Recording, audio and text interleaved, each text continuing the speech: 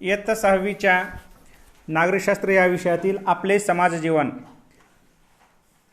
या पाठाचा आज आपण अभ्यास करणार आहोत। या पाठामध्ये माणसाला समाजाची गरज का वाटली, समाजातील समाजशीलता, आपला विकास आणि समाज म्हणजे काय या मुख्य मुद्द्यांच्या आधारे आपण आजच्या या पाठाचा अभ्यास करणार आहोत। इयत्ता 5वीच्या पाठ्यपुस्तकात माणसाची उत्क्रांती कशी झाली हे तुम्ही शिकलेले आहात। आजचे आपले सामाजिक जीवन हजारो वर्षांच्या उत्क्रांतीतून आकारास आले आहे। माणसाने भटक्या अवस्थेकडून स्थिर समाज जीवनाकडे वाटचाल केली आहे। आपण मागच्या वर्षी माणसामध्ये कोणकोणत्या पद्धतीने उत्क्रांती होत गेली त्या उत्क्रांतीचा अभ्यास आपण मागच्या वर्षी इतिहासाच्या पुस्तकातून शिकलेलो आहोत। तर सुरुवातीला भटक्या अवस्थेत असणारा माणूस स्थिर जीवनाकडे कशा पद्धतीने चालला याचा आपण अभ्यास केलेला आहे। माणसाला समाजाची गरज का वाटली हा प्रश्न आपल्यासमोर निर्माण होतो। तर व्यक्तीच्या तसेच समाजाच्या विकासासाठी स्थिर व सुरक्षित समूह जीवन आवश्यक आहे। भटक्या अवस्थेतील माणसाला हे स्थैर्य व सुरक्षितता नव्हती। समूहात राहिल्याने सुरक्षितता मिळते याची जाणीव झाल्यामुळे माणूस संघटितपणे जगू लागला। समाजाच्या निर्मितीमागील ही एक मुख्य प्रेरणा आहे। समाजातील दैनंदिन व्यवहार सुरळीत चालण्यासाठी माणसाला नियमांची गरज वाटली आणि त्यातूनच रूढी, परंपरा, नीतिमूल्य, नियम आणि कायदे अस्तित्वात आले। त्यामुळे माणसाचे समाजजीवन अधिक संघटित व स्थिर झाले। बघा, सुरुवातीला भटक्या अवस्थेमध्ये राहणारा जो माणूस होता ह्या माणसाला सुरक्षितता आणि स्थिरता ही खूप महत्त्वाची वाटली। कारण सुरक्षितता ही आपणाला समूहात राहिल्यामुळेच मिळू शकते हे माणसाला समजलेलं होतं, म्हणून त्याने समूहामध्ये राहायला सुरुवात केली। पण जेव्हा समूहामध्ये राहायला सुरुवात केली तेव्हा त्याला दैनंदिन व्यवहार व्यवस्थित सुरळीतपणे चालण्यासाठी काही नियमांची आवश्यकता वाटली।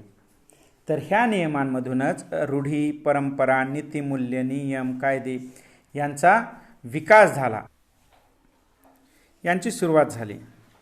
त्याचबरोबर समाज निर्मिती करण्यामागे मुख्य कारण काय होतं, तर समाजामध्ये समूहामध्ये राहण्यासाठी माणसाला समूहात राहिल्याने सुरक्षित वाटत होतं, जे की एकटं राहिल्यानंतर त्याला सुरक्षितता जाणवत नव्हती। त्यामुळं सामाजिक सुरक्षितता मिळावी म्हणून त्याने समूहात राहायला सुरुवात केली आणि त्याचं जीवन अधिक संघटित आणि स्थिर झालं। आता आपणाला पाहायचं आहे माणसातील समाजशीलता। माणूस स्वभावतः समाजशील आहे। आपणा सर्वांना एकमेकासह सर्वांच्या सोबतीने आणि माणसात राहायला आवडतं। सर्वांसमवेत राहणे ही जशी आनंदाची बाब आहे तशीच ती आपली गरजसुद्धा आहे। आपल्या अनेक गरजा असतात, ज्यामध्ये अन्न, वस्त्र, निवारा ह्या आपल्या शारीरिक गरजा आहेत। त्या पूर्ण झाल्या की माणसाला स्थैर्य मिळते, परंतु माणसाला तेवढेच पुरेसे नसतं। आपल्या काही भावनिक आणि मानसिक गरजाही असतात। जसं की सुरक्षित वाटणे ही आपली भावनिक गरज आहे। आपल्याला आनंद झाला तर तो कोणाला तरी आपल्याला सांगावासा वाटतो। दुःख झाले तर आपल्यापैकी कोणीतरी असावे असं आपणाला वाटतं। आपल्या कुटुंबातील लोक, नातेवाईक आणि मित्र मैत्रिणी यांचा सहवास आपल्याला आवडतो आणि त्यातून आपली समाजशीलता दिसून येत असते। माणूस हा मूळतःच स्वभावानेच समाजशील असा आहे। त्याला समाजामध्ये राहणं, एकमेकांशी आपल्या गोष्टी शेअर करणं, एकमेकांच्या सुखदुःखामध्ये सहभाग घेणं हे त्याला स्वभावतःच खूप आवडतं। आणि अशा ह्याच्यातूनच जेव्हा आपल्या मूलभूत गरजा अन्न, वस्त्र, निवारा ह्या आपल्या मूलभूत आणि शारीरिक गरजा आहेत, जेव्हा ह्या शारीरिक आणि मूलभूत गरजा भागतात तेव्हा माणसाला भावनिक आणि मानसिक गरजांची आवश्यकता असते। शारीरिक गरजेनंतर मानसिक गरज म्हणजे आपणाला एखादा आनंद झाला, एखादी गोष्ट आपल्याला प्राप्त झाली तर तो आनंद आपल्याला इतरांना सांगावासा वाटतो. बरोबर. आपल्याला आपले सुख दुःख इतरांशी आपणाला शेअर करावे वाटतात, सांगावेसे वाटतात. आणि अशा प्रकारच्या मानसिक आणि भावनिक गरजांमधूनच समाजाची गरज माणसाला वाटू लागली. कारण माणूस हा मुख्यतः समाजशील असा आहे. आपल्या कुटुंबातील लोक, नातेवाईक, मित्र, मैत्रिणी यांचा सहवास आपणाला खूप आवडतो आणि यामधूनच आपल्यामध्ये समाजशीलता, समाजामध्ये राहण्याची आवड हे आपणाला दिसून येत असते. यानंतर आपणाला पुढे अभ्यासायचं आहे बोलते आणि लिहिते व्हा. इथे एक उपक्रम दिलेला आहे बोलते आणि लिहिते होण्यासंदर्भात. ते काय म्हणतात बघा. चित्रकलेच्या स्पर्धेत तुम्हाला पहिले बक्षीस मिळाले आहे. ते स्वतःजवळच ठेवाल की मित्रमैत्रिणींना दाखवाल? त्यांनी तुम्हाला कसा प्रतिसाद द्यावा अशी तुमची अपेक्षा आहे? त्यांच्या प्रतिसादानंतर तुम्हाला कसं वाटलं ते सुद्धा तुम्ही सांगा, असं हे इथं सांगतायत. समजा आपल्याला एखादं बक्षीस मिळालं चित्रकलेचं, तर आपल्याला ते आपल्या जवळच्या मित्राला, मैत्रिणीला सांगावं असं वाटतं. जेव्हा त्याला ते सांगतो तेव्हा तो आपली स्तुती करतो. वा वा, किती छान, तू छान चित्र काढतोस हां, किंवा छान चित्र काढतेस, अशा प्रकारचं तो कौतुक करतं. कौतुक केल्यानं आपल्याला छान वाटतं, चांगले चित्र काढायला आपल्याला हुरूप येतो. आणखी काय वाटले याविषयी तुम्हाला लिहायला सांगितलेलं आहे, ते तुम्ही लिहून आणा. अन्न, वस्त्र, निवारा, शिक्षण आणि आरोग्य या आपल्या मूलभूत गरजा आहेत, हे आपल्याला माहीतच पाहिजे. आपल्या मूलभूत गरजा कोणत्या, अशा प्रकारचा प्रश्न आपल्याला विचारला जाऊ शकतो. तेव्हा आपल्याला माहीत पाहिजे की मानवाच्या मूलभूत गरजा कोणत्या आहेत? अन्न, वस्त्र, निवारा, शिक्षण आणि आरोग्य. आपल्याला जगण्यासाठी अन्न लागतं, अंगामध्ये परिधान करण्यासाठी वस्त्र लागतात, कपडे लागतात, सुरक्षितपणे राहता यावं म्हणून निवारा, घराची गरज आपणाला आहे, आणि शिक्षण आणि आरोग्य हे आपणाला चांगलं जीवन जगण्यासाठी खूप महत्त्वाचे आहेत. म्हणून अन्न, वस्त्र, निवारा, शिक्षण आणि आरोग्य ह्या आपल्या मूलभूत गरजा आहेत. समाजातील व्यक्तीचे श्रम आणि त्यांच्या कौशल्यामुळे वस्तू तयार होतात. शिक्षण आणि आरोग्यविषयक सेवा सुविधांमुळे आपण सन्मानाने जगू शकतो. या सर्व बाबी आपल्याला समाजात उपलब्ध होतात. वेगवेगळे उद्योग व व्यवसायामधून आपल्या गरजा पूर्ण होतात. उदाहरणार्थ, आपल्याला अभ्यासासाठी पुस्तक लागते, पुस्तकासाठी कागद लागतो, त्यामुळे कागद निर्मिती, छपाई आणि पुस्तक बांधणी इत्यादी व्यवसाय उद्योगांचा विकास होतो. अनेक व्यक्ती त्यात वाटा उचलतात. समाजातील अनेकविध व्यवसायामुळे आपल्या गरजा भागतात आणि यातूनच आपल्यातील क्षमता, कौशल्यांचा विकास होतो. समाजात मूलभूत गरजांची पूर्तता होते. सुरक्षितता, कौतुक, प्रशंसा, आधार इत्यादींसाठी आपण सर्व एकमेकावर अवलंबून असतो. म्हणून आपले समाज जीवन हे एकमेकावर परस्परावलंबी असते. आता आपण असं करून पहा, सकाळी उठल्यापासून आपणाला कोणकोणत्या वस्तूची आवश्यकता असते याची एक सूची तयार करा. सूची म्हणजे यादी तयार करा. त्यातील किमान 5 वस्तू तयार करण्यात आणि तुमच्यापर्यंत पोहोचवण्यामध्ये कोणाकोणाचा सहभाग असतो ते शोधा. आणि बरोबर आहे, माणसाला जर आपल्या मूलभूत गरजा पूर्ण करायच्या असतील तर त्याला निश्चितच एकमेकावर अवलंबून राहावं लागेल, तरच त्याला आपल्या मूलभूत गरजा पूर्ण करता येतील आणि त्याला आपला विकास साध्य करता येईल.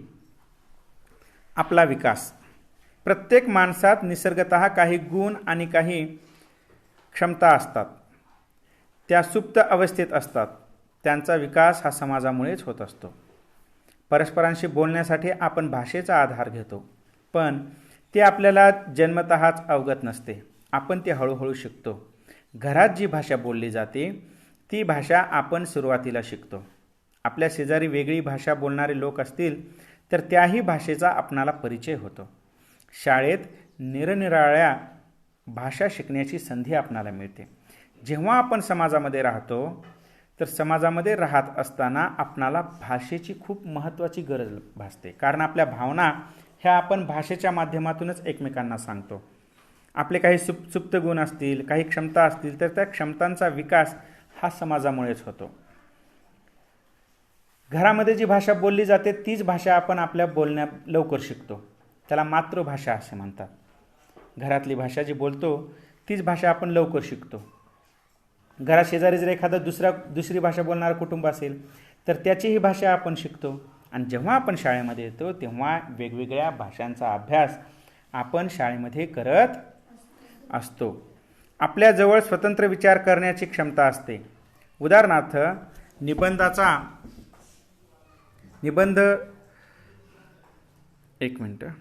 निबंधाचा विषय वर्गातल्या सर्व विद्यार्थ्यांना सारखाच दिलेला असला तरी कोणतेही 2 निबंध सारखे का नसतात? कारण त्यातील विचार वेगळा असतो. आपल्या भावनिक क्षमता आणि विचारशक्ती समाजामुळे वाढीस लागतात. विचार मांडण्याची आणि भावना व्यक्त करण्याची संधी ही आपणाला समाजामुळेच प्राप्त होते.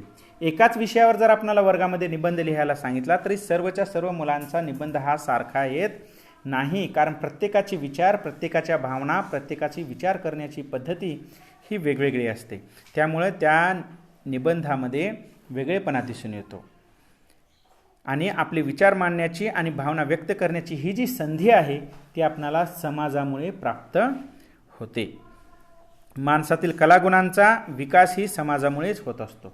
गायक, चित्रकार, शास्त्रज्ञ, साहसवीर, समाजकार्य करणाऱ्या अनेक व्यक्ती समाजाच्या प्रोत्साहनामुळे व पाठिंब्यामुळे आपल्यातील गुणांचा विकास करतात. त्यांना मिळणारे प्रोत्साहनही तितकेच महत्त्वाचे आहे. जेव्हा माणूस समाजामध्ये राहतो तर त्याच्यामधल्या सुप्त गुणांना, कलागुणांना सुद्धा वाव मिळत असतो. वेगवेगळ्या कलाकारांना जे पाठिंबा मिळतो, जे प्रोत्साहन मिळतं, त्याच्यामुळे त्यांना चांगलं कार्य करण्याची प्रेरणा मिळते. आता हे सगळं झाल्यानंतर आपल्याला बघायचं आहे की समाज म्हणजे काय. समाजातील सर्व स्त्री, पुरुष, प्रौढ, वृद्ध, लहान मुले, मुली यांचा समावेश हा समाजामध्ये होत असतो. आपले कुटुंब हे समाजाचा एक घटक असते.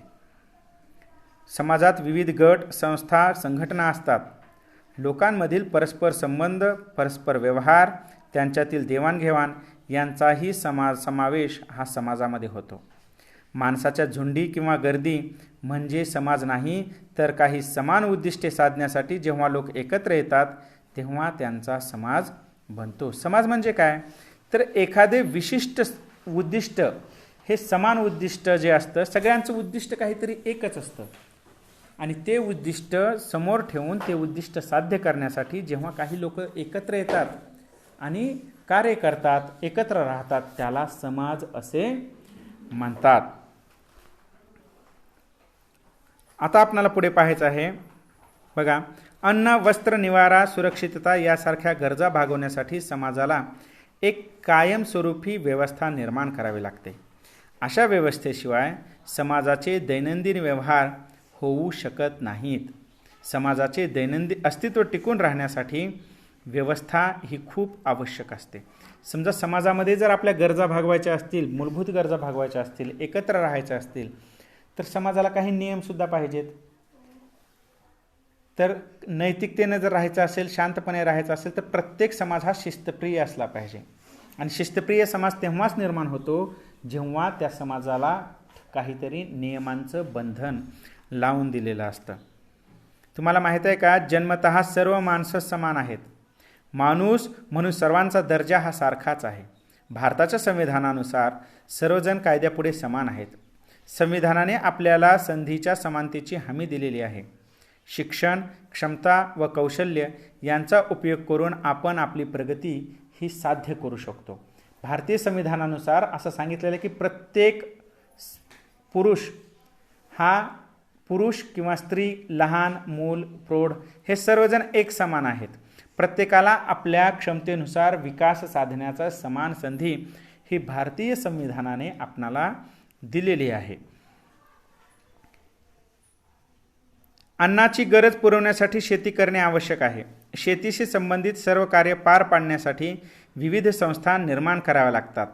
शेतीची अवजारे तयार करण्यासाठी कारखाने, शेतकऱ्यांना कर्ज देण्यासाठी बँका, उत्पादित मालासाठी बाजारपेठ अशी मोठी व्यवस्था निर्माण करावी लागते.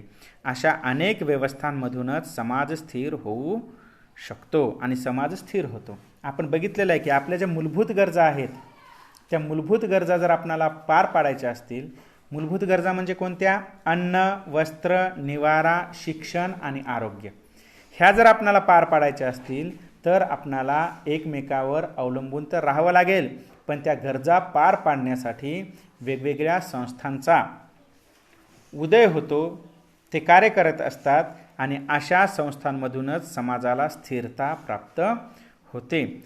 या पाठामध्ये आपण समाज म्हणजे काय, माणसाचा समाजशील स्वभाव, समाजाची निर्मिती का झाली, माणसाला समाजामध्ये का राहावंसं वाटलं, या घटकांचा आपण अभ्यास केलेला आहे. पुढील पाठात आपण भारतीय समाजातील विविधतेची ओळख करून घेऊ.